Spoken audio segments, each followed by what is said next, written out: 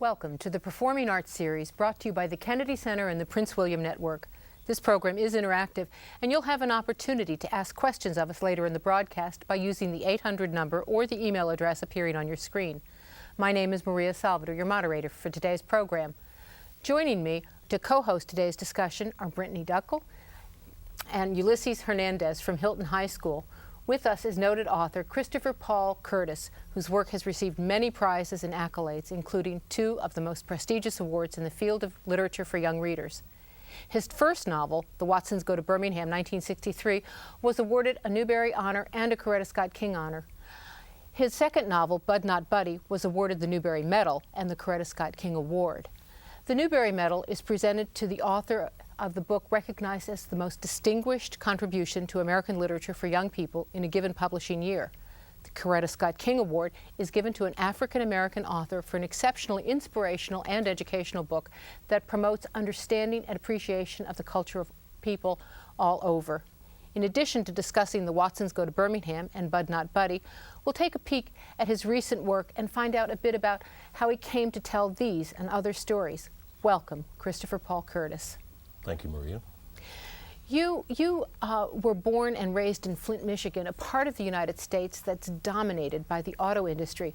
Tell us about how where you lived influenced you and your writing. Well, you're right. Flint was very much dominated by the auto industry. The whole culture was cars. When you graduated from high school, if you were lucky, you'd get a job in the factory. And it was pretty easy to come by, and you'd make a lot of money. So I think that had a great influence on me. My father worked in the factory. All my brothers and sisters at one time or other worked in the factory. And it was kind of assumed that I would go to university, but to kind of support the whole education, I'd have to work in the factory. So it had a great effect on me. I'm curious, are you from the hood? Well, Ulysses, I think if you define the hood as an all-black neighborhood, then I was from the hood. Where I grew up in Flint, everybody was black. Flint was a very segregated city. Most of the most segregated cities are not in the South, they're in the North. Detroit, Chicago, Flint are very segregated. And it was like that back when I was growing up. But it wasn't segregation so much in a bad sense. It was good because the doctors that I would see, the lawyers, the bankers, all the people that I would deal with, that my parents would deal with, were black. But it was the hood, yeah. I've read in an interview that your life goal was to find the ultraglide. What is the ultraglide, and have you ever found it? No, Miss Dunkley, I have never found the ultraglide, and I'm not looking for one. The ultraglide was a record player that goes into a car. And do you know what a record player is? Yes. Okay, I asked because my daughter's your age. She had no idea what a record player was. But it was about this big, and it sat right next to the driver, and you'd play records on it. And it was a bad idea because you'd turn the corner or hit a bump, and the needle would jump out. Or records were made out of vinyl, and they'd melt once they were in the car for too long. So I never had one. My editor asked me for something to put on the back of the book. That was what I came up with, but I've never found one. And if you have one, thanks, but no thanks. Well, did you make a conscious decision to write for young readers? No, I didn't. When I first started writing, I just wanted to tell a story. All writers do things differently. Some writers outline everything that they're going to do.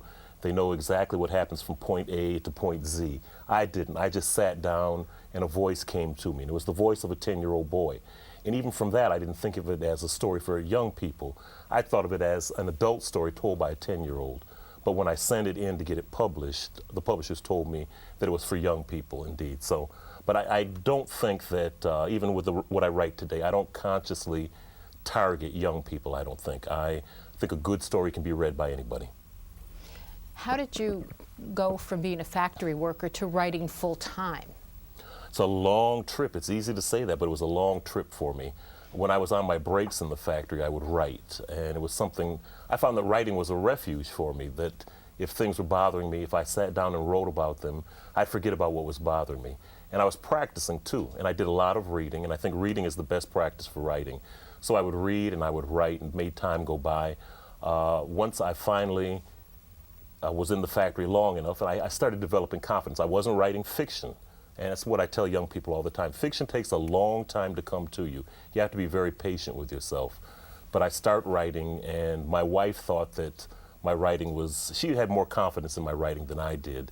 And we arranged so I could take a year off work. This is many years afterwards. I was working in a warehouse at the time, unloading trucks. And I took a year off work, and I'd go to the Windsor Public Library and sit and write.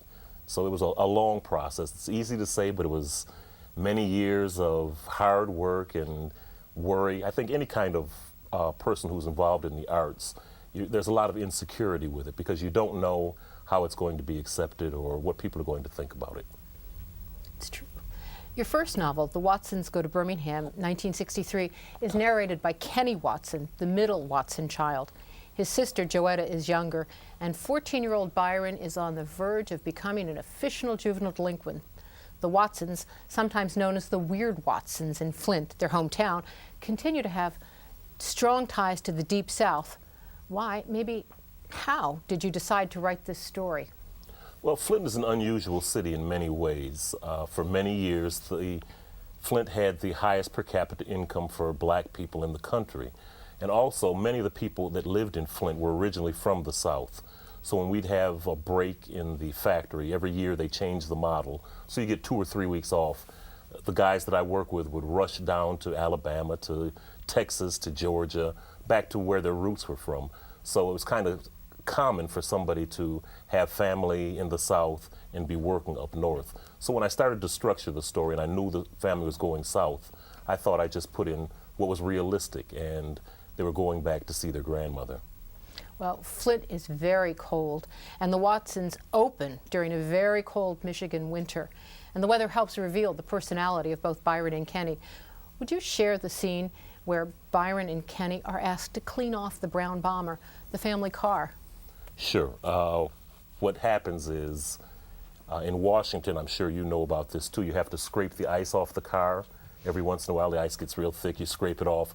So the family had sent Byron out on a really cold day to start the car. He didn't come back for 20 minutes, so they figured he was out there listening to music sitting in the car. But that didn't happen. Byron and Kenny have gone out, and Kenny sees Byron and next to the car. He says, "I moved closer. I couldn't believe my eyes. Byron's mouth was frozen on the mirror. He was stuck as a fly on flypaper. I could have done a lot of stuff to him. If it had been me with my lips stuck on something like this, he'd have tortured me for a couple days before he got help. Not me, though. I nearly broke my neck trying to get in the house to rescue Byron. As soon as I ran through the front door, Mama, Dad, and Joey all yelled, 'Close that door! Mama, quick! It's By! He's froze up outside!' No one seemed too impressed. I screamed, 'Really? He's froze to the car! Help! He's crying!' That shook them up. You could cut Byron's head off and he wouldn't cry about it. Mama said, 'Kenneth Bernard Watson, what on earth are you talking about? Mama, please hurry up.' Mama, Dad, and Joey threw on some extra coats and followed me to the brown bomber. The fly was still stuck and buzzing. 'Oh, Mama, help me, get me off of here.' 'Oh, my Lord,' Mama screamed. And I thought she was going to do one of those movie-style feints. She put her hand on her forehead and staggered back a little bit. Joey, of course, was crying right along with Byron. Dad was doing his best not to explode laughing. Big puffs of smoke were coming out of his nose and mouth as he tried to squeeze his laughs down. Finally, he put his head on his arms, leaned against the car's hood, and howled. 'Byron,' Mama said, gently wiping tears off his cheeks with the end of her scarf. 'It's okay, sweetheart. How'd this happen?' She sounded like she was going to be crying in a minute herself. Dad raised his head and said, 'Why are you asking how it happened? Can't you tell, Willona? This little knucklehead was kissing his reflection in the mirror and got his lips stuck.' Dad took a real deep breath. 'Is your tongue stuck too?' 'No, quit teasing, Daddy. Help, help.' 'Well,' Dad said, 'at least the boy hadn't gotten too passionate with himself.' Dad thought that was hilarious and put his head back on his arms. Mama didn't see anything funny. 'Daniel Watson, what are we going to do? What do y'all do when this happens up here?' Mama starts talking Southern whenever she gets nervous. Dad stopped laughing long enough to say, 'Willona, I've lived in Flint all my life, 35 years, and I swear this is the first time I've ever seen anyone with their lips frozen to a mirror. Honey, I don't know what to do. Wait till he thaws out.' It's a very funny scene. The whole book has lots of humor. Tell us about your use of humor. I don't know. Anytime I write, it always has a humorous bent to it. It can be a problem at times. I I failed English 101 at the University of Michigan many times because I couldn't write a research paper without putting humor into it. I think humor is very important in a story, though. It makes the story move along. It's something that's universal. Everybody likes to laugh, and it makes you, usually you're laughing at a character. And I think when you laugh at a character or you're laughing with a character, it brings you closer to that character. So I think humor is a very important part of life and of writing. Okay. Mrs. Watson's Southern accent, as you said, comes out when she's really angry. She gets very angry when Byron does what he's been told not to do with his hair. Would you mind sharing the scene in which she discovers that? Byron has come into the house and he's got a do-rag on and he's got a hat on, and Kenny, his younger brother, knows instantly something's wrong. So the mama calls him to her and she rips the bandana off. Mama sucked in a ton of air. "What have you done?" We all knew, though. She took a step back and leaned against the counter like if it wasn't there, she'd have fallen down. "Oh my God, your father's gonna kill you. He don't have no cause to. You've gone and done it, haven't you?" Byron kept his head down. "Haven't you?" Mama yelled. "Yes," Byron yelled back. Mama reached out and snatched the handkerchief off of Byron's head. Me and Mama both went, Byron had gotten a conch, a process, a do, a butter, a ton of trouble. His hair was reddish brown, straight, stiff, and slick looking. Parts of it stuck straight up like porcupine stickers because Mama hadn't been too gentle when she snatched the handkerchief off. He smoothed his hair back in place. "Well," Mama said, "that's it. You are now at your daddy's mercy. You've known all along how we feel about putting those chemicals in your hair to straighten it, but you decided you're a grown man and went and did it anyway." Mama was real hot, but she surprised me. She just shook her head and went back to peeling potatoes. Byron stood there looking at his feet, and I kept pretending I was doing homework. And that was the final straw that leads to Mr. and Mrs. Watson planning the trip to Birmingham for Byron to spend the summer, maybe longer, with his small but fierce maternal grandmother. How do fact and fiction combine in The Watsons Go to Birmingham, 1963? Well, all my writing, as a writer, my job is to keep the reader turning pages. I don't want you to get to the point where you say, and I know you've done it with books where you start and you read and every page seems to get heavier and heavier and harder to turn. So I try to keep the story interesting, and I do that with humor, and I can do that by combining fact and fiction. One of the things in The Watsons That Go to Birmingham that really happened to me, there's a chapter called Nazi Parachutes Attack America and Get Shot Down Over the Flint River by Captain Byron Watson and his flamethrower of death. You remember that chapter? That happened to me. I used to light matches, and my mother broke me of it by doing that. So I combine all those things. Everything is in the effort, the goal to make the story easier to read. Why did you choose the Civil Rights era as a time to place this novel? I didn't really choose the Civil Rights era. It chose me, really. As I said, when I sat down in the library to start to write, I didn't know where the story was going to go. I was listening to the voice of this little boy who was telling me about his life in Flint, Michigan. I was the same age as Kenny around that time, so I knew about it. And I don't really think of the novel as a story about the Civil Rights era. I think of it more as a story about a family. And the scene in Birmingham where they are affected by the bombing is really a small part of the story, but it's an important part. And I think that's kind of the same way it is in all of our lives. It's not what we're living every day, but it's an important thing that tells us about what's going on in the world. Once they're in Alabama, Joetta, Kenny's little sister, goes to the church, as you mentioned, and the church is bombed. Mr. Curtis, will you share what Kenny sees as he enters the church? Okay, Kenny has gone back to the church. He's heard the boom. Everybody in Birmingham, every bird and bug in Birmingham heard this boom, and people are running to the church. Kenny gets down there, and people are in a state of shock, and Kenny almost goes into a state of shock. So he's relating to what he's seeing. I guess my ears couldn't take it, so they stopped listening. I could see people everywhere making their mouths go like they were screaming and pointing and yelling, but I didn't hear anything. I saw Mama and Dad and Byron holding on to each other, all three of them looking like they were crazy and trying to keep each other away from the pile of rocks that used to be the front of the church. Mama was so upset she even forgot to cover the space in front of her teeth. I couldn't hear her, but I bet $1 million she was shouting, "Why? over and over like a real nut. It looked like Dad's mouth was yelling, "Joetta!"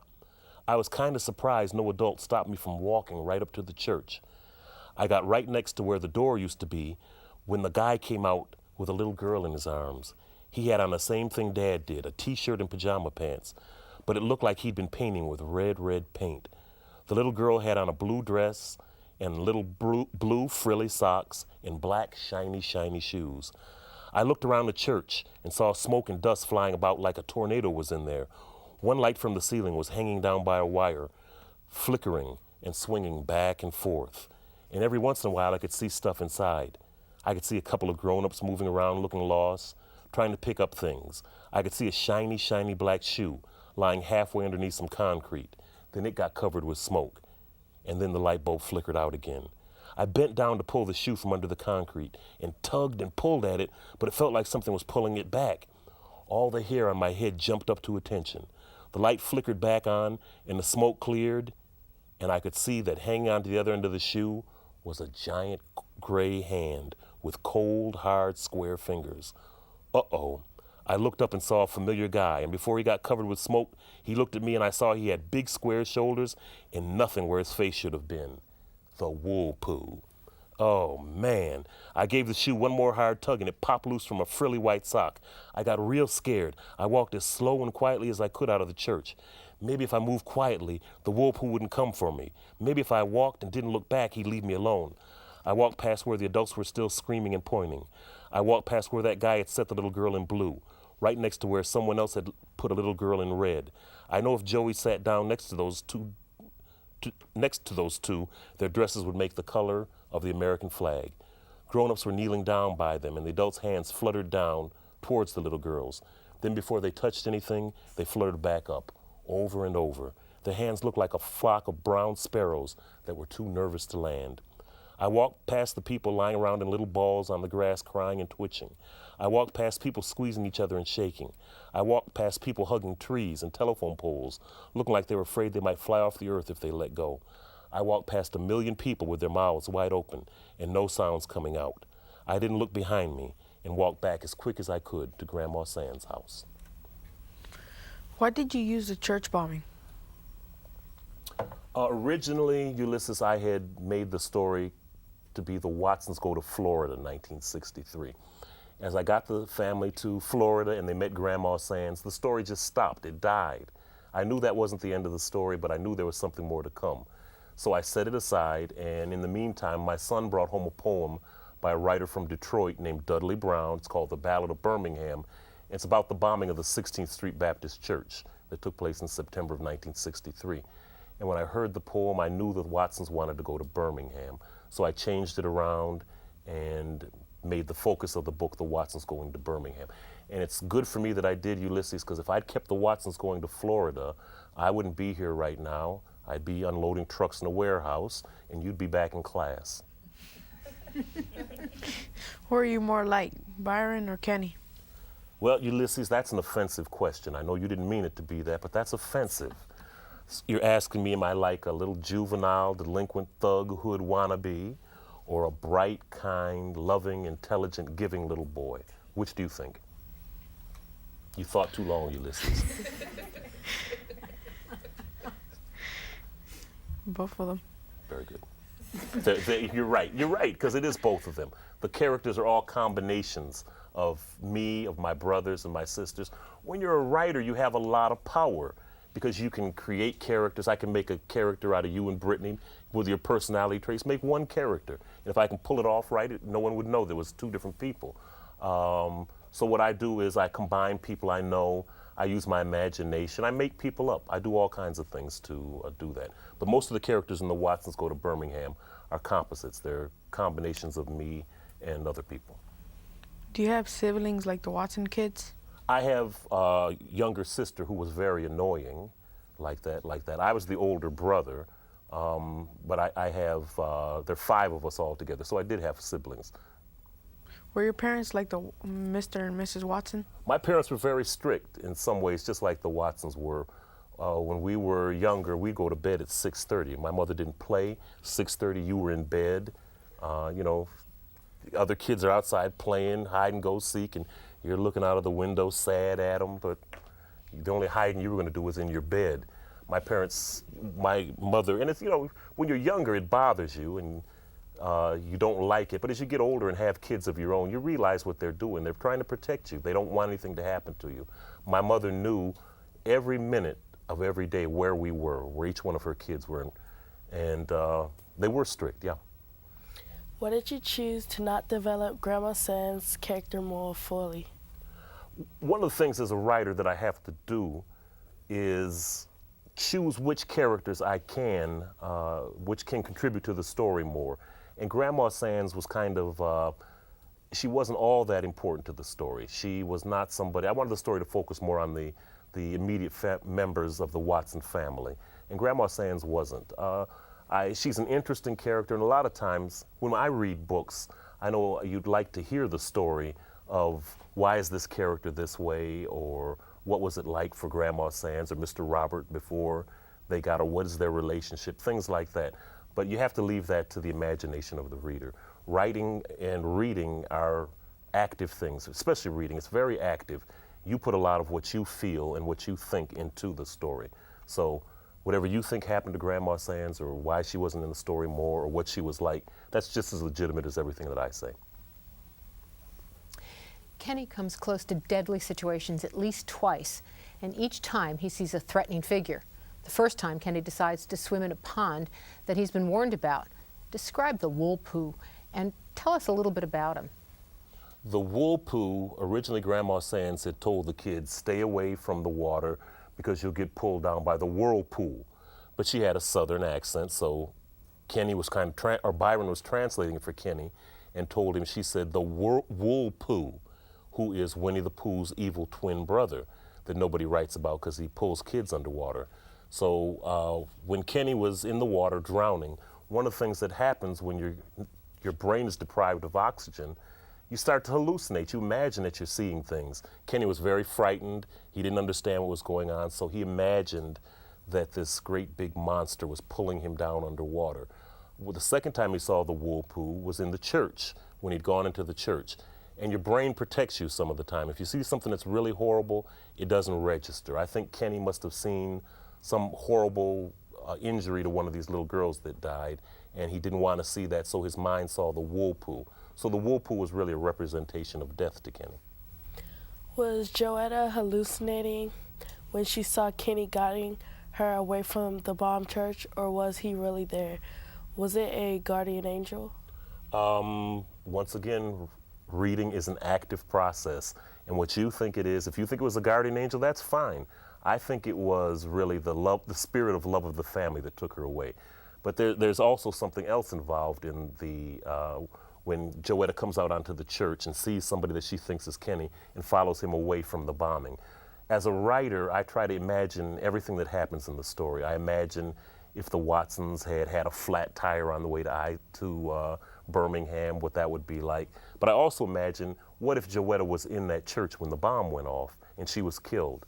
And I imagine that happening. It was just too horrible. It made the story just too horrible. There was no way the story could recover after that. So I knew I had to get her out of that church some way. And the way I came up with it's what magic realism it's called. It's a tool that a lot of writers use, where you describe a magical event realistically. So I think it was just the spirit of love of the family, and Joetta saw that, and it pulled her away from the church to safety. Did you make an intentional parallel between Joetta getting away from the Woolpoo in the church and Kenny getting away from it in the pond? Yeah, this comes back to what I think is the heart of the story. And the heart of the story is family and the importance of family support. In both cases, both of the children are saved by a member of their family. Kenny sees what he thinks is Joetta telling him, you can't give up, you got to keep trying to get out of this water. And then Joetta is pulled away from the church by somebody that she thinks is Kenny. So it is, that I think is the real heart of the story, family love. And that's an example of the family love. Ulysses, do you have a question about the use of humor? Did you have to decide to use humor in serious scenes like the church bombing or when they were back in Michigan? humor it's a hard thing to do. It's hard to write humor, and you've got to be very careful where you use it. Now, in the church bombing scenes, there's no humor because it's not, you can't find humor in that. Other things that are sort of tragic, semi-tragic, you put a humorous spin to them because I think we handle a lot of the bad things that happen in life with humor. Humor is very important. Any joke that you can think of, now think of any joke, think of a joke. You don't have to tell us, think of it. Brittany, you got one? Got one? Tell us. Sort of. No, okay. Any joke that you have, there's humor in it, but there's also tragedy. There's something really bad happening to someone. So it's kind of a balance. You have to balance using the humor and the tragedy. But you can't make a really tragic situation funny. It doesn't work. But you can mitigate the tragedy. You can mitigate the tragedy, with humor, right? And you can pace it so that you're not busted in the face with the tragedy. Exactly. Yeah. What I try to do, because there's nothing funny about 4 little girls being killed in a bombing of a church, but the way that and that is written very kind of without humor. It's very straight to the point, and I'm describing exactly what happens. I'm not bringing so much of the humor of Kenny, because Kenny looks at things humorously.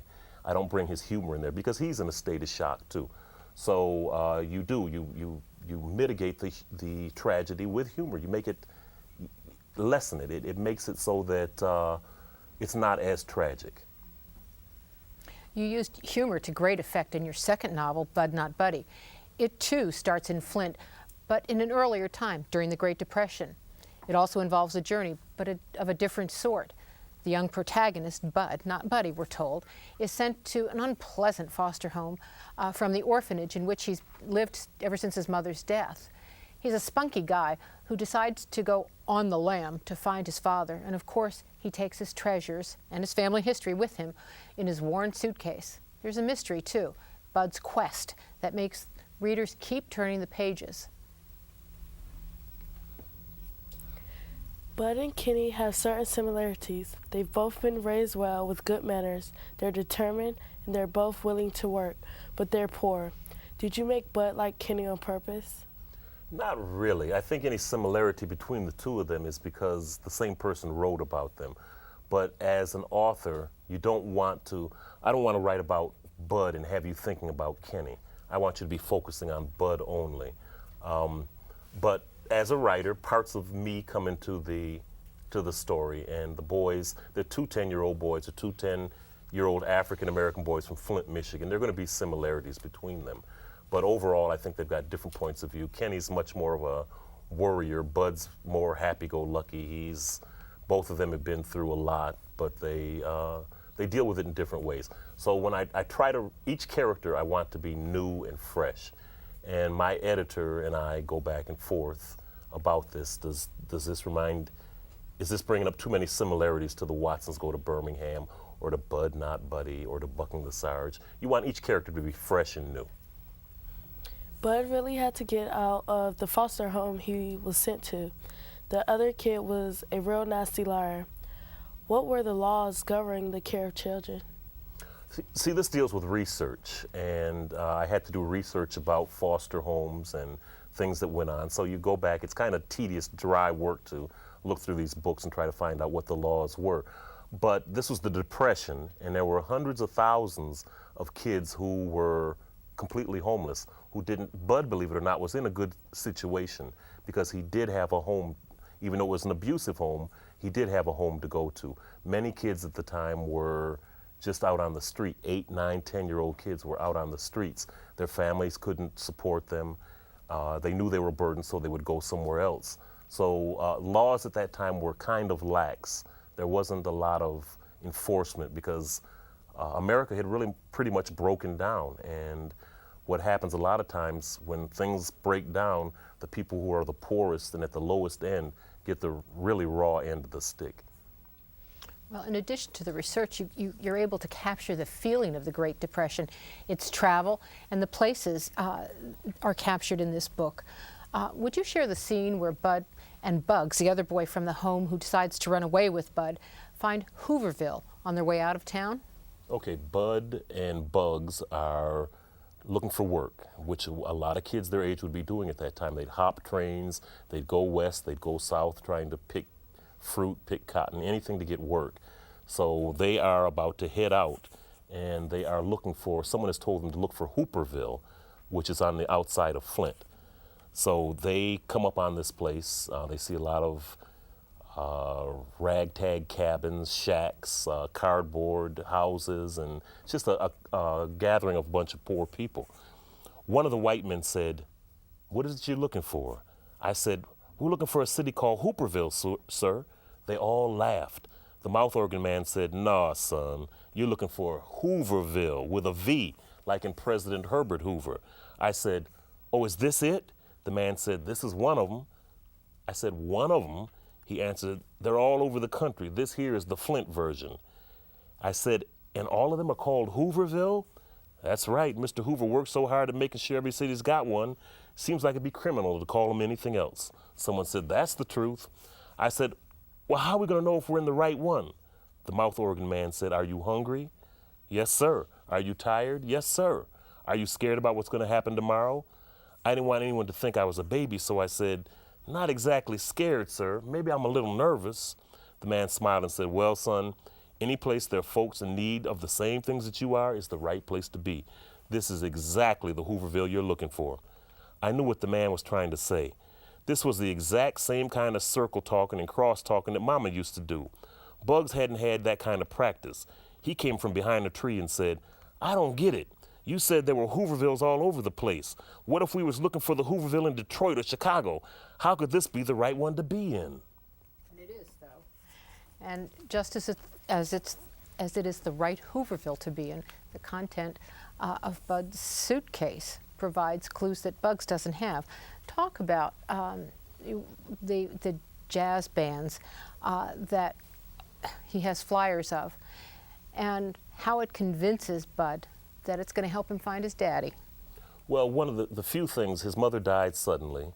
They lived in a one-room place, and she was taken away, and he was taken to the orphanage. And one of the few things that were left were these flyers, and Bud felt like there was a clue to his father on these flyers. They were advertising a band, and these are the only flyers that she kept, and it was Herman E. Calloway and the Dusky Devastators of the Depression. So Bud figured the reason she kept them, and they seemed to make her upset some of the time, was that his father was one of these guys in this band. He thought it was Herman E. Calloway, and he determined that he was going to go meet this man. So these flyers, the rocks that he kept, a picture of his mother, were all connections back to his mother. They were the only things that he really had. When Bugs and Bud are separated, Bud uses the library to determine a route to find Herman E. Calloway and where he's playing.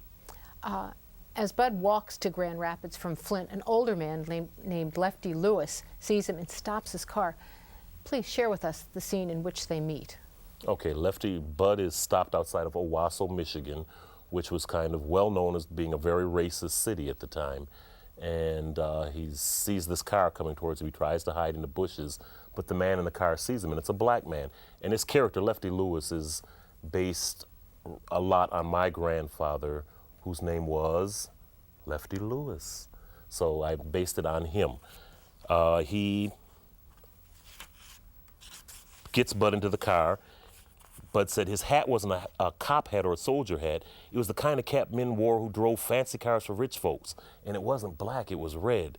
He said, "I got a problem, and I need you to help me figure it out." Uh-oh. What he just said is another one of Bud Caldwell's rules and things for having a funner life and making a better liar of yourself. This was number 87. Rules and things number 87. When an adult tells you they need your help with a problem, get ready to be tricked.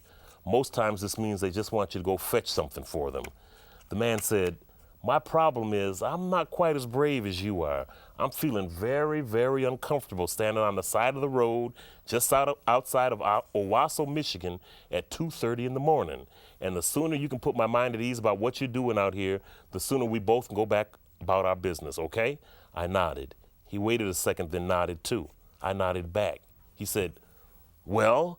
I was too doggone tired and hungry to think of a good lie. All I could say was, "Nothing, sir." Were things really that unsafe up north? Yeah, they were pretty unsafe. If you were a black child and you were not in a black area, it was unsafe. And there was a lot of racism in rural Michigan, like there is in a lot of rural areas. And it was pretty unsafe for a young boy to be walking across the state at that time of night and not knowing anybody. It was very unsafe. Bud and Mr. Lewis get off to a shaky start. For a guy who's brave enough to walk all the way to Grand Rapids, why was Bud so afraid of vampires when he found Mr. Lewis transporting human blood? Well, Maria, in my life, I found that vampires would be pretty terrifying to run up into. And somebody carting blood around in a car, that doesn't make a lot of sense. But I think that was me putting a little bit of myself into it. I know when I was growing up, you know, we had Frankenstein and Dracula. And Frankenstein, you know, he was slow. You could get away from Frankenstein. But Dracula could fly, and you couldn't outrun Dracula. So I thought that this was probably one of the most terrifying monsters that there was, and I put it into the story. Did you research in the library like Bud, or did it come from family stories? You know, when I was growing up, my grandparents, particularly my grandfathers, would want to tell you their stories. My grandfather, Lefty Lewis, was a pitcher in the Negro baseball leagues. My father's father actually did have a big band in the 1930s called Herman Curtis and the Dusky Devastators of the Depression. They were both hustlers. They worked very hard. They had interesting stories, but I was 10, 14, 15 years old. I didn't want to hear this stuff. You know, I wanted to go outside and do something. I didn't want to listen to this. So most of the things came from doing research in the library. And when I go to the library to do research about a different time, like the 1930s, I'm trying to catch the language is what I'm trying to do, to make it so that the language is more realistic, because decade to decade, year to year, language changes, and the things that people say are different from one decade to another. So when I do the research, I look at movies, I read books, magazines, anything that'll give me a feel for the era. Mr. Calloway's band, where Mr. Calloway plays a giant fiddle, has a lot of different names. Was it common for bands to assume different names? Was jazz really big in Michigan in the 1930s? Jazz was not really big in Michigan. It was new. It was probably like the early years of rap, where it was just starting to get big and people were really starting to enjoy it. As far as the names, as far as the bands having names, I don't know what it is. It seems like musicians just can't leave their name alone. They want to put something different on it. They want to have a different name. Like there was David Fathead Newman is a jazz guy. They're just all Gatormouth. There are all kinds of different names. It's like names today. Now, Brittany, do you know of any names like there's what? Little... Bow Wow. He's not little anymore. He's just Bow Wow, right? Yes. Okay, so there's Bow Wow. I don't know. Musicians, people who are artists just want to seem to change their names. Well, would you share the scene where Bud first meets the musicians? Okay, Bud has gone into this place where he finally sees this band that is Herman's band, and Herman E. Calloway wants nothing to do with him. He realized, this is not my son. You know, he knows this boy isn't his son. Herman E. Calloway said, well, James, like I said, if this little boy is going to be doing some explaining, it's going to be to you. I don't need to listen to this scam nonsense whilst I'm trying to digest my supper. He stuck a pipe that wasn't lit into his mouth and walked off the stage. Shucks, if my father had to be so doggone old, I was starting to wish that Lefty Lewis or this Jimmy guy were him. Herman E. Calloway seemed like he was going to be hard to get along with. The horn player said, little man, my name is Jimmy Wesley. You can call me Mr. Jimmy. I said, yes, sir. He pointed at the younger men. The drummer there is Doug the Thug Tennant. Sax man, Harrison Eddie Steady Patrick. The saxophone player said, oh, man, it's not Eddie Steady. It's Steady Eddie Patrick. Mr. Jimmy said, uh-huh. And on trombone, we have Chug Doodoo Bug Cross. And the palest member of the band on piano is Roy Dirty Deed Breed. He shook his head again and said, Lord knows why these young musicians can't leave the perfectly good names their mama gave them alone, but for some reason they can't. Anyway, fellas, this here is Bud. Now, what was your last name, Bud? Caldwell, sir. Did you see the kind of harsh shit faced by the characters in this book? Did I see it? No, not really. My father had a good job, a relatively good job. You know, we lived in a poor neighborhood, but you know, I didn't see the the same kind of mistreatment that Bud had. My parents were strict, but they weren't, into things that the Amoses were. And my brother never shoved a pencil up my nose all the way to the R. It's not funny, Brittany. But no, it was a different. These are different things. I didn't grow up this way. More like the Watsons will go to Birmingham, I think. I liked reading the stories from Kenny and Bud's point of view. Why did you decide to use that voice for both of these books? One of the things that you have to do when you have a narrator, when a story's told in first person and you have a narrator that's telling it, it's got to be somebody you trust, somebody that is interesting. And I tried first to do The Watsons Go to Birmingham with Byron, but Byron's such a liar, you couldn't trust a thing he was saying. And as you read, you want to know that you're getting some kind of idea of what the truth is. So I used Kenny, who is a very bright little introspective boy. He examines things, he looks at what's going on around him, and he tries to understand it. And Bud, who is just a spunky kid. I think he's got a lot of strength to him, so I think he'd be interesting to hear from too. Before we continue, I'd like to invite the viewing audience to begin sending their questions to Mr. Curtis. You've written 2 other books, Mr. Curtis. They're very different. Bucking the Sarge is a story about 15-year-old Luther T. Farrell and the Sarge, his shrewd, almost conniving mother, and her various businesses. Most recently, your fantastic mystery for younger readers has been published. In Mr. Chicky's Funny Money, 9-year-old Stephen is given a quadrillion-dollar bill. How do these stories relate to your other books?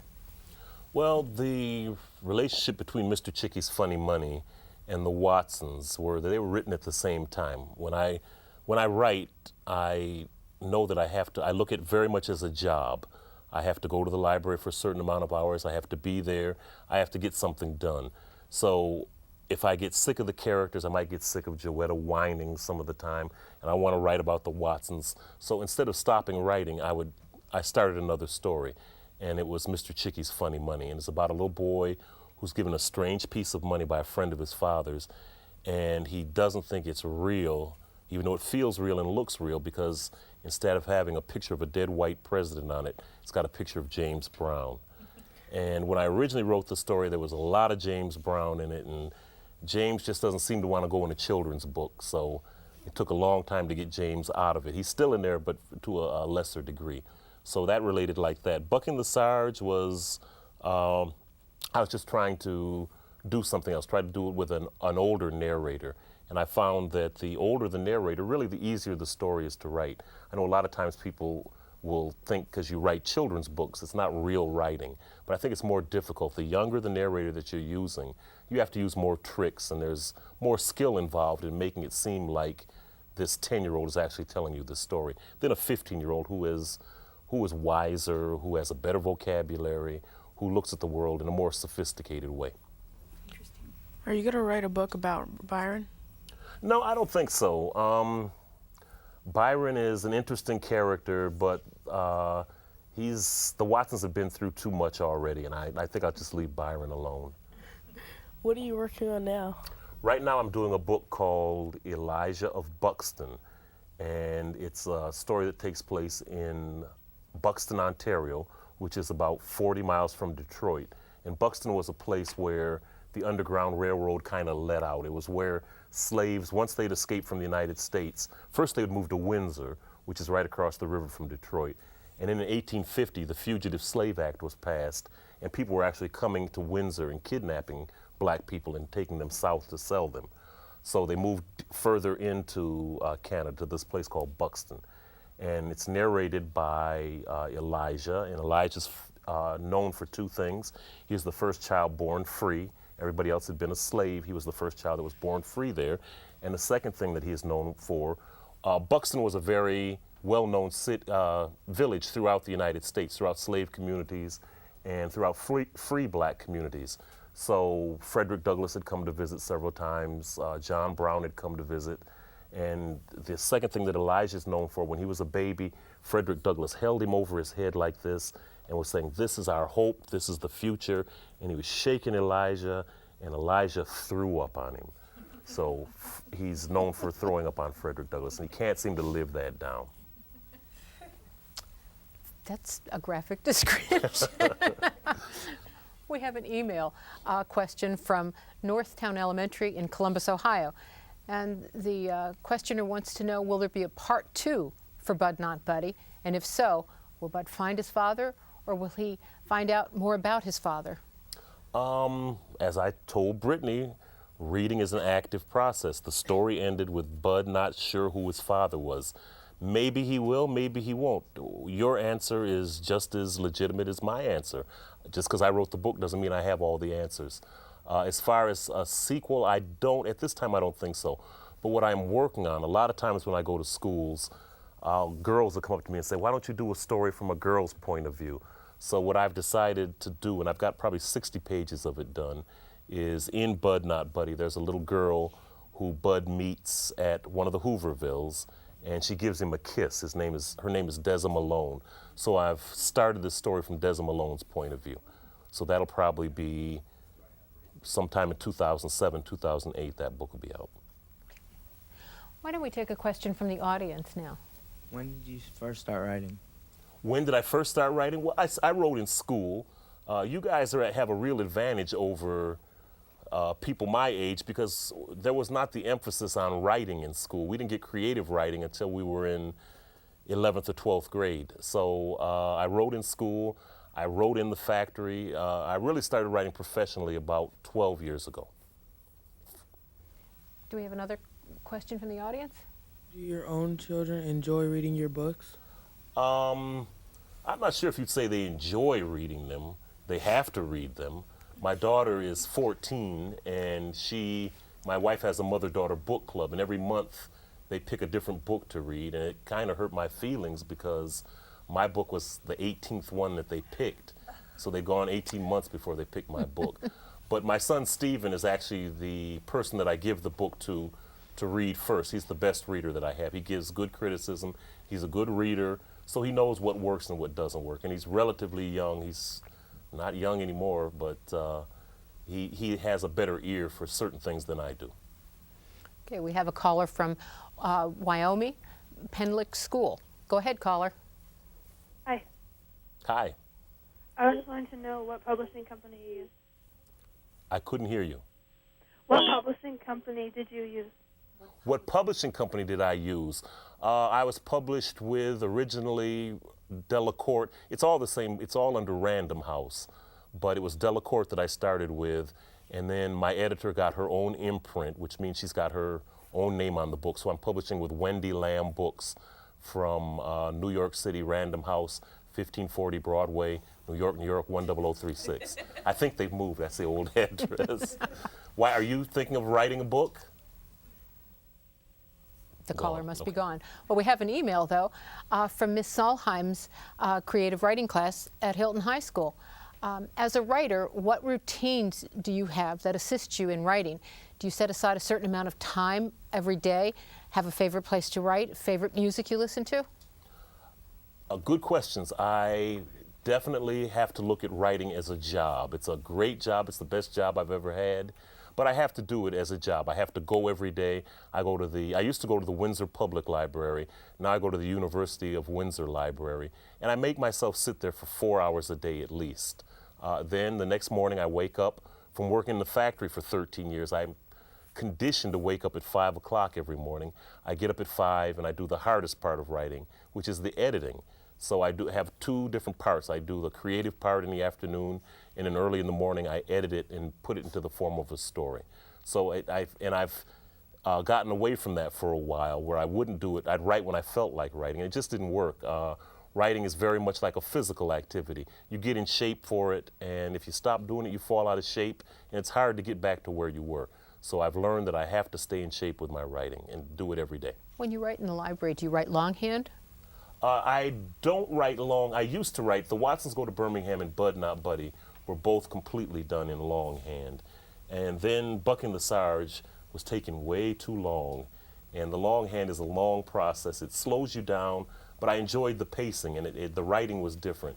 But then with Bucking the Sarge, I'd say probably 25% of that was done directly into the computer. And then with Elijah of Buxton, was almost all done in the computer. I always start out each chapter writing longhand, though I'll do a paragraph or two, just as I don't know, habit. Just, you know, you want to stick with what got you there. So I do that. No superstition in there. No, none at all. Okay. We have a question from our audience. What is your favorite book that you've written? You know, a lot of times when you ask an author what their favorite book is, they'll say, my books are like my children. I don't have a favorite.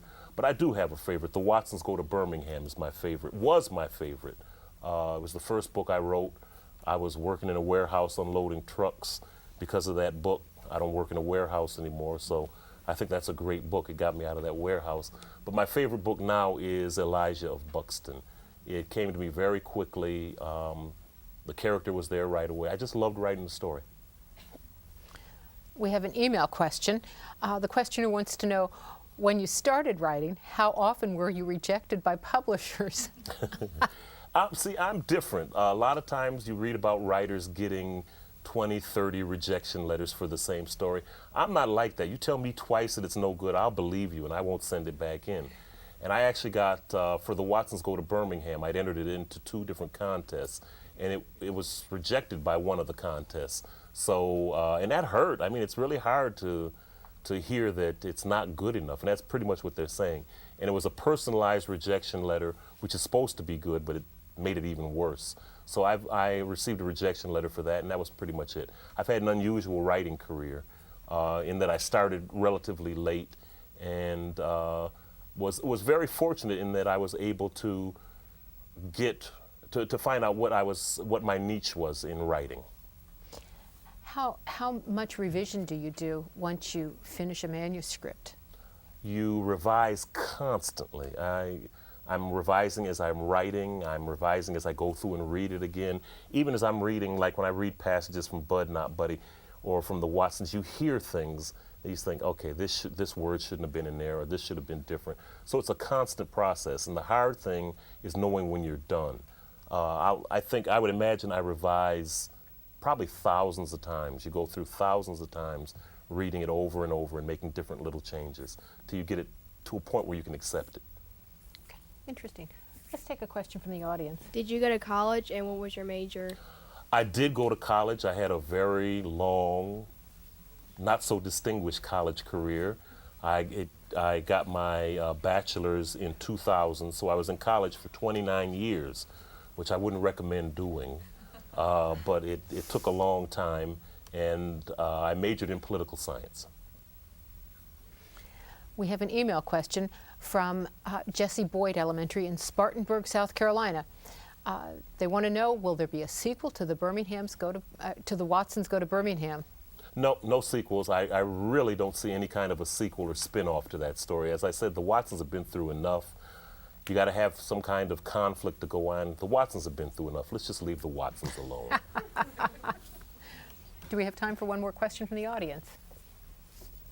Are you a good student? Was I a good student? Why? What'd you hear? No, you know what? To be honest with you, my school career, there was a real divide in it. Up to 8th grade, I was a very good student. I took care of business. I was in the academically talented program.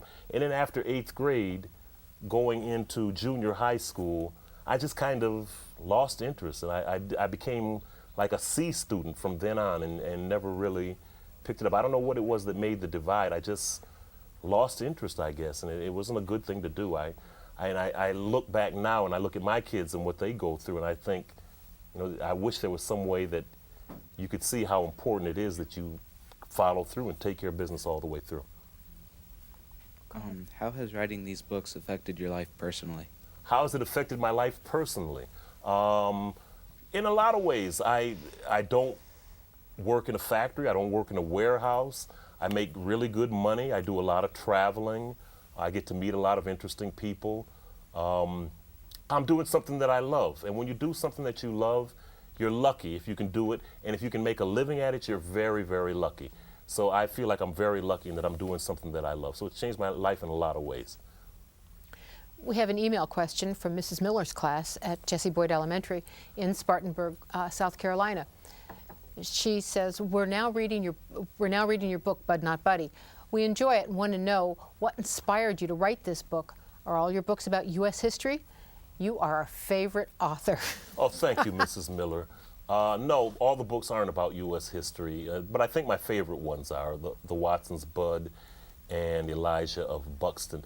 What inspired me, I was originally writing a story about the factory that I worked in. During the 1930s, there was a sit-down strike at the factory where the workers actually took over the plant. General Motors wanted to not recognize the union, and they put tanks all around the plant. They were going to make an example of these workers and blow them out. So I started to write about that. It was a very interesting time, and it was the same factory that I worked in for 13 years. But halfway through, I'd gone to a family reunion, and they started talking about my grandfather and his band in the 30s. And I'd already done all the research on the 30s. I had the language, so instead of doing the story about the sit-down strike, I went and did Bud Not Buddy, and that's how it came about. Is there one final word before we completely run out of time that you want to leave our viewers with? Well, I have 3 rules for people who want to write. Rule number 1 is write every day. Writing is like anything else that you do. The more you do it, the better you get at it. Rule number 2 is have fun with your writing. When you're a writer, you're a very powerful person. You can create worlds, you can destroy worlds. And rule number 3, ignore all rules. And what I mean by that is once you learn the basics of writing, once you learn how to move a story and how to set it up, develop your own style. That's what makes anything interesting. That's what makes a musician interesting or a basketball player, when they develop their own style. And just have fun with your writing. Okay. Well, thank you, Mr. Curtis. We've run out of time. Thank you for being with us today. A special thanks to my co-hosts, Brittany Dunkley and Ulysses Hernandez. Thanks to their extraordinary teachers, Laurie Stern and Megan Hostetler from Hylton High School in Prince William County, Virginia. I'd also like to thank the students in the audience, in the studio audience from Hylton High School who came so well prepared. Thanks too to the viewing audience from across the country for tuning into the program. If you didn't get a chance to ask a question today, you may contact us by using the email address on the screen. We'd love to hear from you and answer your questions. We'd also like you to visit the Kennedy Center website at the addresses on the screen. There, you'll find additional information about this program and the Kennedy Center's upcoming programs, as well as other resources on integrating the arts into the curriculum. The next program will be broadcast via satellite and the web on Thursday, April the 6th at 11 a.m. Eastern Time, and will feature country music Grammy winner and steel guitarist Jerry Douglas and musicians in a program about the history, styles, and traditions of this truly American music. Thank you for being with us.